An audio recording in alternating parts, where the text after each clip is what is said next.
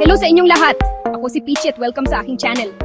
Ngayon, isasama ko kayo sa isang masarap na food trip dito sa Riyadh, Saudi Arabia. Dito, matitikman natin ang pinakamasarap mula sa dalawang kultura. Ang katakam-takam na pagkaing Pinoy at ang malinamnam na pagkaing Arabic. Excited na ba kayo? Ako rin! Simulan na natin! Una natin puntahan ang islang komportableng Pinoy restaurant. Bilang isang Filipina na nakatira dito sa Saudi Arabia, itong lugar, parang nasa bahay lang ako sa Pinas. Pagpasok mo pa lang, sasalubungin ka na ng mabango at pamilyar na amoy ng adobo at sinigang.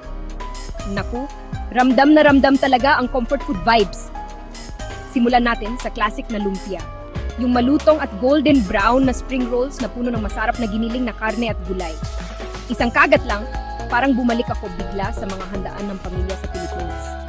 Sunod, meron tayong pancit bihon, yung manipis na rice noodles na ginisa kasama ang iba't ibang makukulay na gulay at malambot na manok. Parang fiesta sa plato. At syempre, sino ba naman ang makakalimot sa lechon kawali? Yung napakasarap at malutong na lechon kawali na bida sa bawat handaang Pinoy. Malutong, juicy, at sobrang sarap talaga. Pero teka, meron pa. Ngayon naman, lipat tayo sa isang tunay na Arabic restaurant.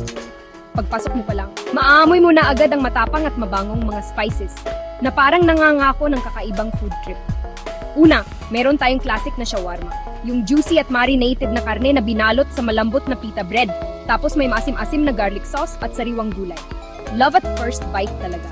Tapos, meron ding mandi. Isang tradisyonal na kanin na niluto kasama ang malinamnam na karne at pinaghalong mababangong spices. Ang lasa, talagang nanunuot, nakakaginhawa, at hindi mo matatanggihan. At huwag din nating kalimutan ang meze platter.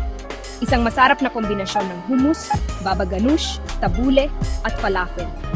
Piyesta talaga para sa mata at sa panlasa.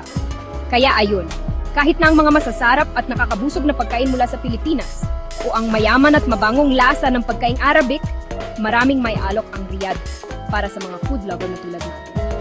Salamat sa pagsama ninyo sa akin sa masarap na food trip na ito. Kung nag-enjoy kayo sa video na ito, huwag kalimutang mag-like, share at mag-subscribe para sa mas marami pang food adventures. Hanggang sa muli, maraming salamat po.